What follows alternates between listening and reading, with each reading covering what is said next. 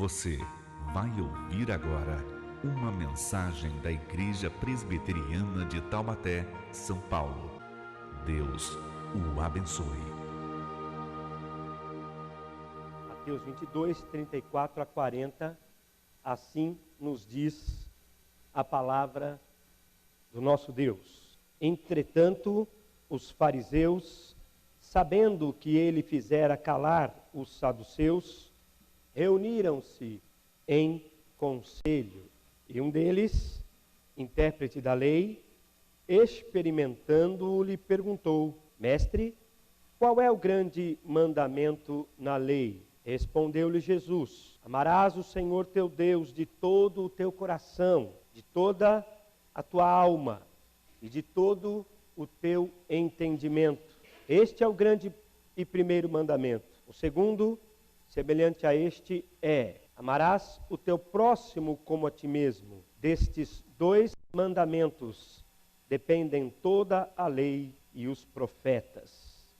Hoje estaremos dando continuidade à série de sermões que denominamos Aprendendo a Tratar Nossos Conflitos. Nesta série, estamos falando agora de reações pecaminosas, aprendendo a tratar nossos conflitos, reações pecaminosas. O desafio continua. Quem nunca participou de uma boa briga, que atire a primeira pedra. Alguns já me recomendaram vir ao púlpito de capacete, porque já faz 2 meses que eu estou pedindo para tomar uma pedrada. Quem nunca participou de uma boa briga, pode atirar. Estamos tratando do tema conflitos e já percorremos muitas ideias sobre os conflitos por causas positivas e os conflitos por causas negativas. Devemos lembrar que, dada a complexidade da vida e nossa pecaminosidade intrínseca, os conflitos são inevitáveis à convivência humana e normais na trajetória de vida de qualquer pessoa. Na verdade, irmãos, o anormal é a não existência de conflitos. Quando numa relação entre duas pessoas nunca existiu sequer uma boa briga, eu fico me perguntando qual das duas pessoas deve ter se anulado. Qual das duas pessoas deve ter deixado de existir? A vovó, sábia, experiente, é procurada pela neta, que está com problemas no casamento. A avó, com 60 anos de casada, e a neta, com os problemas normais do início desta jornada. A neta pergunta: vovó, qual é o segredo para viver tão bem com o vovô? Eu nunca vi uma discussão entre vocês dois. A mamãe também diz que nunca presenciou uma briga entre vocês. Vovó querida, qual é o segredo para viver assim, sem brigas? A avó respirou fundo, arregalou os olhos e disse: vou contar o meu segredo para nunca ter brigado com o seu avô. No dia em que nós casamos, pegamos a charrete na porta da igreja e fomos para a nossa casa nova na roça. No caminho, a mula empacou e não queria andar de jeito nenhum. Seu avô desceu, olhou na cara da mula e disse: uma. Subiu, a mula voltou a andar e nós continuamos a viagem. Andamos mais um bocadinho e a mula empacou de novo. Seu avô desceu, olhou mais uma vez na cara da mula e disse: duas. Sacou a garrucha e descarregou em cima da mula. Quando eu vi aquilo, minha netinha, eu fiquei muito brava. briguei com um velho, homem, você tá louco, você matou a nossa mula. E sabe o que ele me disse? O normal, irmãos, é o conflito. O anormal é quando as pessoas se anulam. Hoje vamos continuar falando sobre um ponto que, em minha opinião, é um dos mais importantes acerca dos conflitos à luz da Bíblia. Para isso, preciso de sua atenção especial para algumas afirmações que passo a repetir. Grande parte do ensino da Bíblia sobre os relacionamentos humanos e os conflitos está mais ligado a uma preocupação com os resultados de um confronto do que com os confrontos em si. Ou seja, quando os conflitos são tratados na palavra de Deus como pecaminosos, na verdade, o que a Bíblia está condenando são nossas atitudes, são nossos sentimentos decorrentes do conflito e não condenando o conflito em si. Há na Bíblia uma série de ensinamentos que concentram sua atenção nas consequências, nas reações equivocadas, nos destemperos emocionais e dando um nome bíblico a tudo isto, aos pecados que cometemos em decorrência de um conflito. Quando os conflitos são tratados na palavra de Deus como pecaminosos, na verdade, o que está sendo condenado é o nosso sentimento decorrente do conflito. Em outras palavras, se para toda ação há uma reação, para a ação do conflito, que em si pode até ser saudável, temos muitas vezes uma reação doentia, um sentimento doentio. E é exatamente neste ponto que muitos de nós tropeçamos, é exatamente neste ponto que muitos de nós pecamos, é exatamente nesse ponto que muitos de nós adoecemos. O fato da existência do conflito não é errado, mas a maneira como o resolvemos muitas vezes o é. Se em nossa última mensagem tratamos de duas palavras que indicam reações pecaminosas ao conflito, quem lembra das duas palavras? Contenda e discórdia.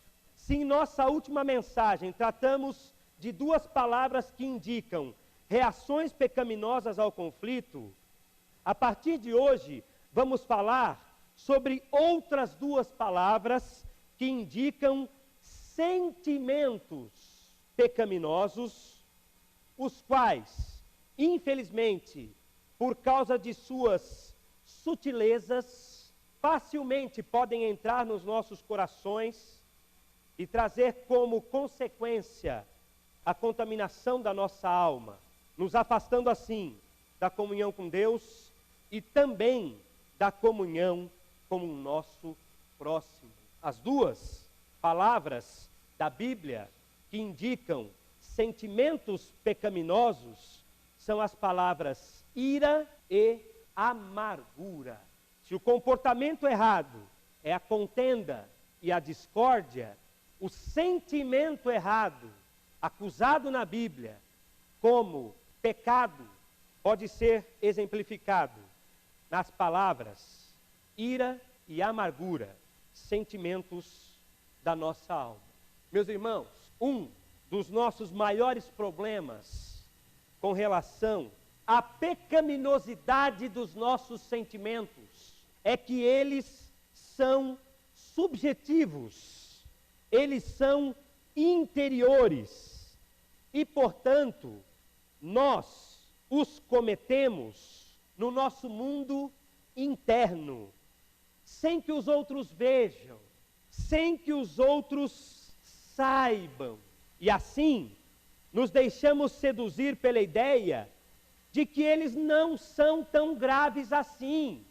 Ora, é uma coisa que ninguém sabe, só está aqui dentro, é uma coisa que ninguém está vendo, só está aqui dentro. Então, já que ninguém viu, já que ninguém sabe, já que é um pecado do meu mundo interior, já que é um pecado da minha subjetividade, ele não é tão grave assim. Caímos na triste cilada de não nos preocuparmos com eles. Porém, a amargura e a ira são pecados muito graves, mesmo que inicialmente eles não apareçam de maneira objetiva. Porém, se a ira e a amargura são pecados que os outros não me veem cometendo, são graves, porque aquele que sabe todas as coisas, aquele para quem nada é oculto, o nosso Deus sabe e ensina na sua palavra do poder de corrosão e do poder de contaminação destes sentimentos que se escondem dentro de nós.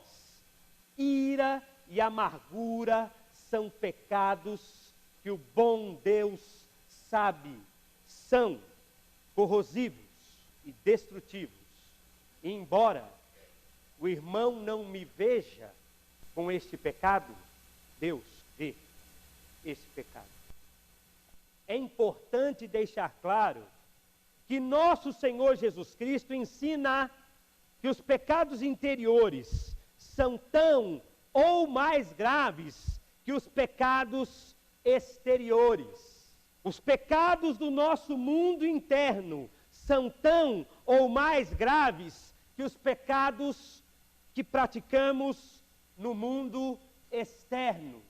A fé cristã traz o problema do pecado para o nosso mundo interior. Aquilo que pensamos e aquilo que sentimos. Os opositores do nosso Senhor Jesus Cristo gostavam de pensar em pecado em termos de algum tipo de comida e algum tipo de pureza no ato de lavar as mãos antes das refeições. Mas o Senhor disse que o mal é o que sai da boca, nossas palavras, e não o que entra pela boca, o nosso alimento. O Senhor disse que aquilo que contamina o homem não é trazido para o nosso interior pela mão empoeirada, mas aquilo que já está empoeirado em nós, desde Adão, o nosso coração. Escribas e fariseus gostavam de pensar em pecado sexual como o ato, a ação em si. Mas aprendemos na fé cristã, com o que o Senhor disse, que nossos atos começam em nossos pensamentos. O olhar impuro já é suficiente para concluirmos o quanto somos fracos e o quanto somos pecadores. Preste atenção nisso, por favor. A fé cristã diz que o pecado começa no pensamento, o pecado começa no sentimento. Os evangélicos no Brasil também centraram suas atenções aos pecados do mundo externo e deram pouca atenção aos pecados do mundo interno. Em nome de Jesus, irmãos, pecado é sempre pecado, seja ele objetivo ou seja ele subjetivo. Pecado é sempre pecado, e pecado é sempre uma desgraça. Mas os evangélicos no Brasil centraram suas atenções nos pecados do mundo externo. Nosso erro é que nós damos muita atenção aos pecados do mundo de fora e bem pouca atenção aos pecados do mundo de dentro. Até bem pouco tempo, era comum dizermos, se uma pessoa não bebe, não fuma, não joga, não dança, ela só falta ser crente. Meus irmãos, eu entendo perfeitamente a valorização do mundo externo. E não torça minhas palavras. Eu já disse, pecado é sempre pecado, seja lá ou cá, sempre. Eu entendo perfeitamente esta valorização do mundo externo. Só que esta valorização é só metade da verdade. E por que ficamos só com metade da verdade na nossa classificação de pecados? A amargura, a ira são pecados menos graves. E é esta a nossa desgraça. Quando o Senhor Jesus Cristo encontra com o jovem rico, ele não nega as qualidades daquele rapaz, mas faz questão de dizer-lhe: você é escravo da avareza. E eu vou te provar que você é escravo da avareza. Você vai e vende tudo que tem. Você está me chamando de Senhor, não está? Você vai e vende tudo que tem, depois você me segue. E o jovem parou a conversa. Porque se as coisas forem do mundo exterior, ele tinha mais facilidade. Guardar o sábado, fazer a circuncisão, ir na sinagoga. Essas coisas são mais tranquilas, né, irmãos? O Evangelho é o poder de Deus que nos transforma de dentro para fora. Uma obra poderosa do Espírito Santo integral. É por isso que para Deus não existe esse negócio de só falta ser crente. Porque se falta crer em Jesus, falta tudo. Amém, irmãos? Se falta crer em Jesus, falta tudo. Por isso, irmãos, precisamos tomar cuidado com nossos sentimentos.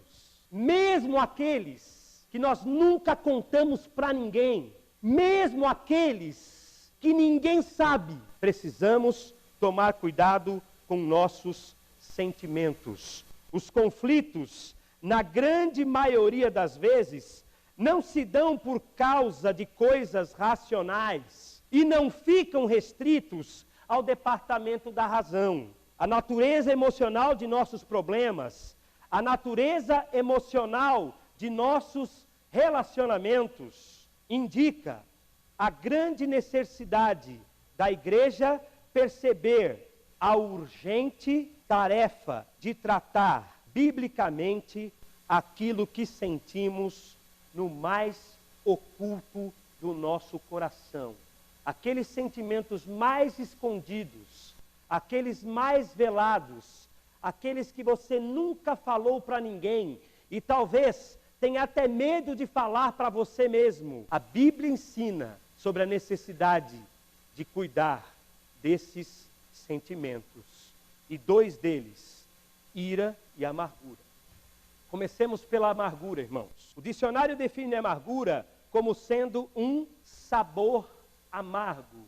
A amargura é um sabor amargo. Mas continua o dicionário, uma tristeza. Preste atenção. Uma tristeza. Define a amargura como sendo um sentimento angustiante da alma. Ora, a amargura é amarga, é azeda, tira o sabor natural das coisas. No campo dos sentimentos, o que é que ela azeda? Azeda as relações, azeda as amizades, azeda os casamentos, azeda as igrejas, azeda todas as relações da pessoa, tirando o sabor da convivência abençoada.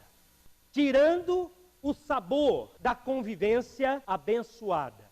É por isso que a Bíblia fala de maneira tão direta acerca da amargura. As coisas da vida perdem o doce quando o pecado da amargura entra no nosso coração. Nossas relações perdem o doce quando a amargura entra no nosso coração. Na Bíblia, a palavra amargura indica, sobretudo, um sentimento de alta periculosidade. Conhece um bandido de alta periculosidade?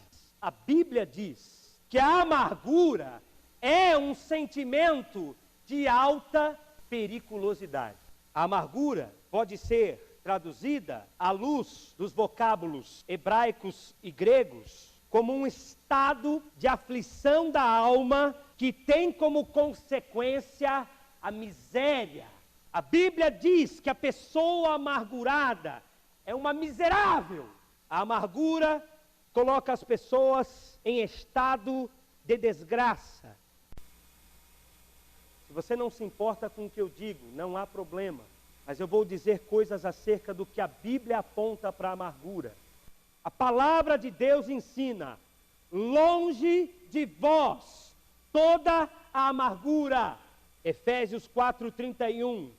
Longe, e quanto mais longe, melhor. Em Hebreus 12:15, o ensino das Escrituras é categórico: não haja entre vós nenhuma raiz de amargura. Portanto, a mesma Bíblia que diz, não adulterarás, é a mesma que diz, não tenha amargura. Fugir da amargura é um mandamento, e sua desobediência é um pecado de alta periculosidade. À luz de Amós 8:10, aprendemos que a amargura é para a alma uma tristeza tão grande como a da mãe que enterra o filho único. Será que você está entendendo o que eu estou dizendo? A Bíblia diz que a amargura é para a alma igual à tristeza da mãe que enterra um filho. Não, é da mãe que enterra o filho único. A alma amargurada é uma alma em luto. A alma amargurada é afligida terrivelmente pela dor da separação. E não a separação qualquer, a separação da mãe com o filho único. Irmãos, por que é que nós brincamos com este pecado? É porque ele não aparece? Você já imaginou enterrando um filho? Esta é a dor da alma contaminada pelo pecado da amargura. É interessante pensar que a mágoa é uma má água. É interessante pensar nesses sinônimos do Novo Testamento para amargura: mágoa e ressentimento. É interessante pensar que a mágoa é uma má água e ressentir é sentir novamente. É isto que caracteriza as pessoas escravizadas pelo pecado da amargura. Elas estão sempre bebendo de uma água parada, por isso sujeita à contaminação. Há algo que elas guardam no fundo do coração e que deveria fluir para fora, mas por estar parada lá dentro, fica sujeita a bactérias. A água é para matar a sede e alimentar a vida. A pessoa magoada, a pessoa que bebe a má água, é aquela que se alimenta de lembranças infelizes do passado, reativando sempre a raiva, ressentindo sempre a raiva e matando a alma. O ressentimento é como um ácido. A pessoa ressentida tem lembranças dolorosas que são acompanhadas como uma queimação, uma coisa que queima o seu coração, incapacitando a pessoa de perdoar. O que a faz ter um discurso muito característico: eu nunca vou perdoar. Eu perdoo, mas jamais esqueço. Você não sabe o que ela me fez. Há uma coisa destas, é impossível perdoar, etc, etc e etc. Novamente, irmãos, permitam-me me reportar a Hebreus 12:15. Diz a palavra de Deus: atentando diligentemente, porque ninguém seja faltoso, separando-se da graça de Deus, nem haja alguma raiz de amargura que brotando vos perturbe, e por meio dela muitos sejam contaminados. À luz de Hebreus 12:15, aprendemos que a amargura nos separa da graça, ou seja, a vida de uma pessoa ressentida é sem graça. À luz de Hebreus 12:15, aprendemos que a amargura pode começar pequena, ela é como uma raiz, mas que vai crescendo, crescendo, brota e transforma-se numa árvore.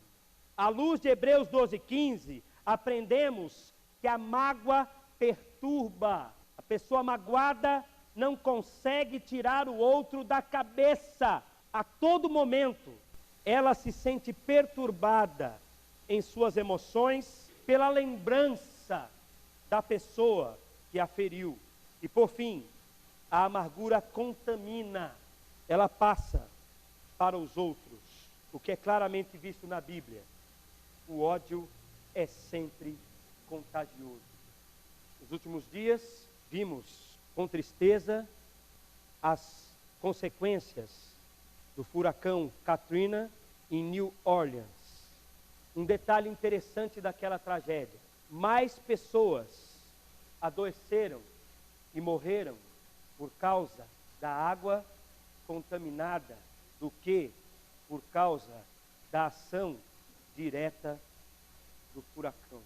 Mais pessoas morreram por beber água contaminada, má água, do que pelas consequências diretas do furacão. Às vezes, filho, você resistiu bravamente, glória a Deus, a tempestade passou e você não caiu na tempestade, mas as marcas da tristeza fazem com que todos os dias você beba água contaminada. O jovem casal apaixonado, primeiros meses de vida conjugal, por um motivo tolo, teve uma discussão muito calorosa, muito forte. O marido, bastante triste, pegou um colchão e foi dormir no corredor da casa. Os dias se passaram e a mulher, muito magoada, dizia: se ele quiser, ele tem que me pedir desculpas e voltar para o quarto.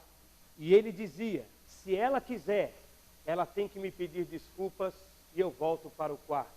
Ele dormiu no corredor por 35 anos e só usou o quarto depois que a esposa morreu.